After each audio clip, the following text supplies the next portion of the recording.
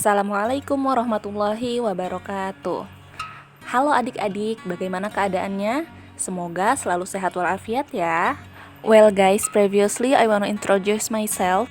I'm Fatima Zulfa, and if you want to call me Miss Zulfa, it sounds great and I'm happier. Nah guys, di video kali ini we will talk about learning mechanism atau mekanisme pembelajaran. Nah, jadi kali ini kita akan membahas apa aja sih mekanisme pembelajaran bahasa Inggris untuk kelas 8E dan kelas 8F ini. Well, the first is sistem pembelajaran. Jadi sistem pembelajarannya yang pertama, siswa masuk ke Zoom meeting untuk absen. Jadi berdasarkan link yang sudah diberikan oleh wali kelas masing-masing, nanti setiap pembelajaran bahasa Inggris siswa masuk ke link Zoom yang sudah diberikan tersebut. Itu untuk absen. Nah, jika waktu Zoom meeting itu masih tersisa waktu, masih ada waktu, maka kita akan ada sesi tanya jawab. Sesi tanya jawab materi yang akan kita dipelajari di hari tersebut, atau bisa juga kita discuss atau diskusi tentang materi yang akan kita pelajari di hari tersebut.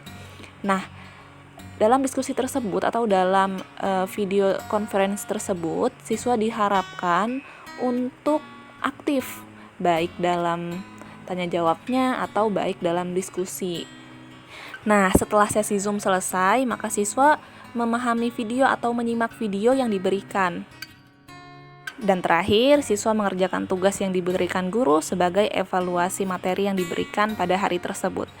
Jadi, untuk mengerjakan tugasnya, kalian harus menonton video pembelajarannya terlebih dahulu, karena di video pembelajaran tersebut ada materi-materi yang menjadi jawaban dari tugas yang kalian dapat. Well, selanjutnya ada tata tertib nih. Tata tertibnya yang pertama, bersikap sopan dan santun terhadap guru dan teman. Jadi bagaimana akhlak kalian terhadap guru, bagaimana akhlak kalian terhadap teman juga harus diterapkan ya. Nah, selanjutnya on time, tepat waktu. Jadi datang tepat waktu di sini karena kita masih online, masih pembelajaran online, maka ketika masuk Zoom-nya harus tepat waktu sesuai dengan jadwalnya. Well, selanjutnya ada berseragam lengkap dan rapi. Jadi semua siswa wajib berseragam lengkap dan rapi tanpa terkecuali. Nah, selanjutnya ada mengaktifkan video ketika Zoom. Jadi ketika video conference atau ketika Zoom berlangsung, siswa wajib mengaktifkan videonya, terlebih ketika pengabsenan. Jadi ketika di absen, nama kalian dipanggil, maka aktifkan videonya. Dan yang terakhir adalah mengerjakan segala bentuk penugasan sesuai aturan. Maksudnya sesuai aturan di sini, sesuai perintah, baik berupa perintah dari tugas tersebut ataupun waktunya. Nah, selanjutnya ada sistem penilaian. Untuk sistem penilaian ada 4 aspek nih adik-adik.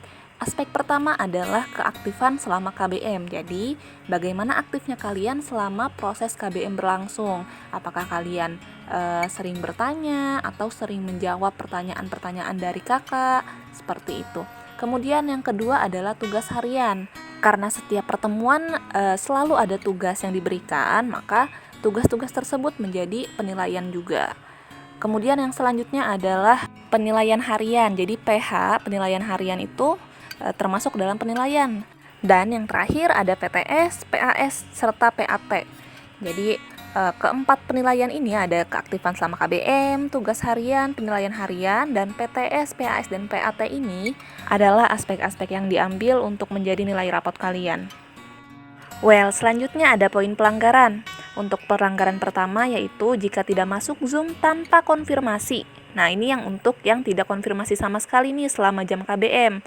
Maka dianggap terlambat dan mendapatkan poin pelanggaran karena keterlambatan. Selanjutnya ada tidak membuka materi di Al-Azkar Learning System atau di LS. Nah, kalau kamu tidak buka materi di LS, sampai batas waktu materi tersebut kamu masih belum buka, maka dianggap tidak hadir atau alfa dan mendapatkan poin pelanggaran alfa atau tidak hadir.